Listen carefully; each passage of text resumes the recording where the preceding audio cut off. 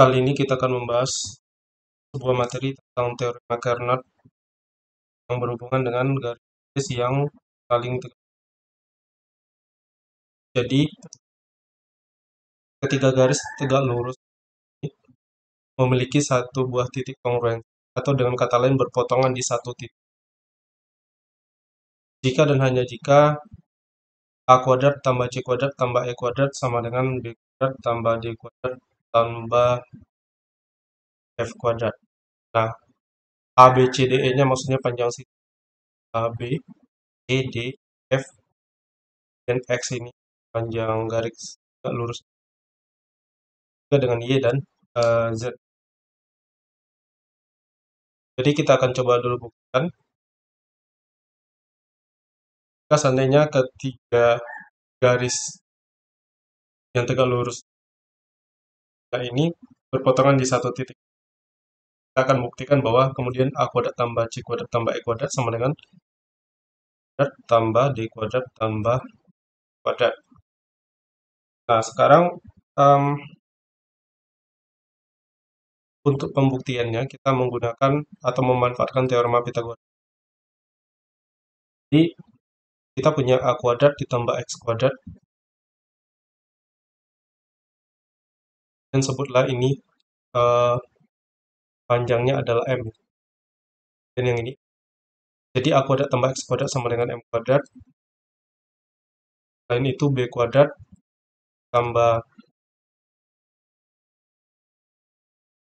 X kuadrat sama dengan N kuadrat. Oh ya, satu lagi, mungkin ini kita bisa misalkan panjangnya adalah P.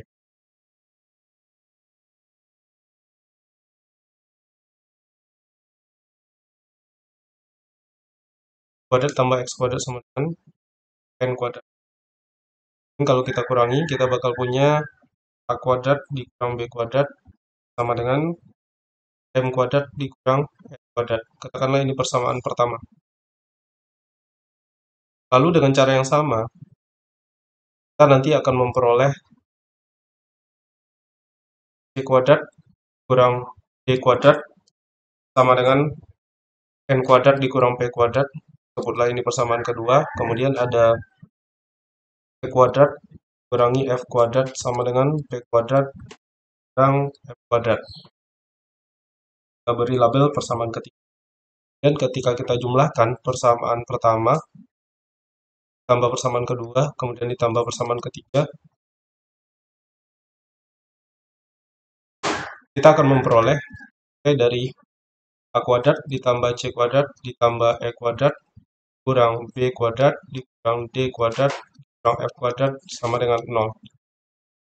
Atau A kuadrat ditambah C kuadrat ditambah E kuadrat sama dengan B kuadrat ditambah D kuadrat ditambah F kuadrat. Sekarang kita akan buktikan dari arah sebaliknya. Artinya kita akan buktikan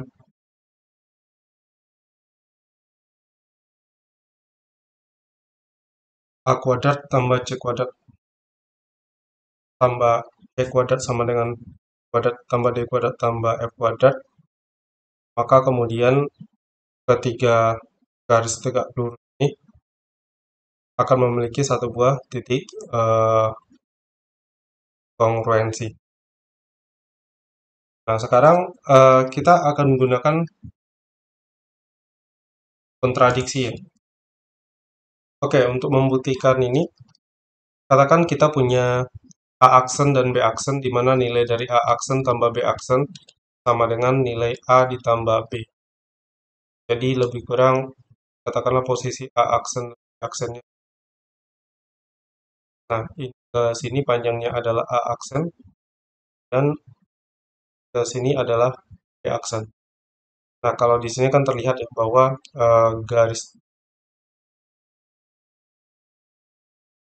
mana membagi yang menjadi A aksen dan B aksen, panjangnya A aksen dan B aksen, ini tidak memiliki titik kongruensi dengan garis lainnya. Bukan garis tinggi, tidak lurus ya maksud saya. Nah, kemudian Karena tadi kita gunakan kontradiksi, anggaplah kita punya A aksen dan B aksen, di mana A aksen tambah B aksen sama dengan A tambah B, dan juga berlaku bahwa A aksen kuadrat ditambah kuadrat, sorry, tambah C kuadrat dan ditambah E kuadrat sama dengan B aksen kuadrat ditambah C kuadrat ditambah D kuadrat, maksud saya ditambah F kuadrat. Nah, sebelumnya kan kita juga tahu eh, bahwa A kuadrat ditambah E kuadrat sama dengan B kuadrat tambah D kuadrat ditambah F kuadrat. Dan kalau kita kurangi ini, kita bakal punya A aksen kuadrat dikurangi A kuadrat sama dengan B aksen kuadrat kurang B kuadrat. Dan ini bisa kita faktorkan ya. Tapi barangkali sebelum kita faktorkan, kita punya A aksen kuadrat dikurang B aksen kuadrat sama dengan A kuadrat dikurang B kuadrat. Kita punya A aksen dikurang B aksen kali A aksen tambah B aksen sama dengan A dikurang B dikali A tambah B. Nah, di sini jelas bahwa A aksen tambah B aksen sama dengan A tambah B. Dan keduanya tidak sama dengan 0. Maka kemudian kesimpulannya adalah A aksen dikurang B aksen sama dengan A dikurang B. Sebelumnya kita juga sudah punya bahwa A aksen tambah B aksen sama dengan A tambah B.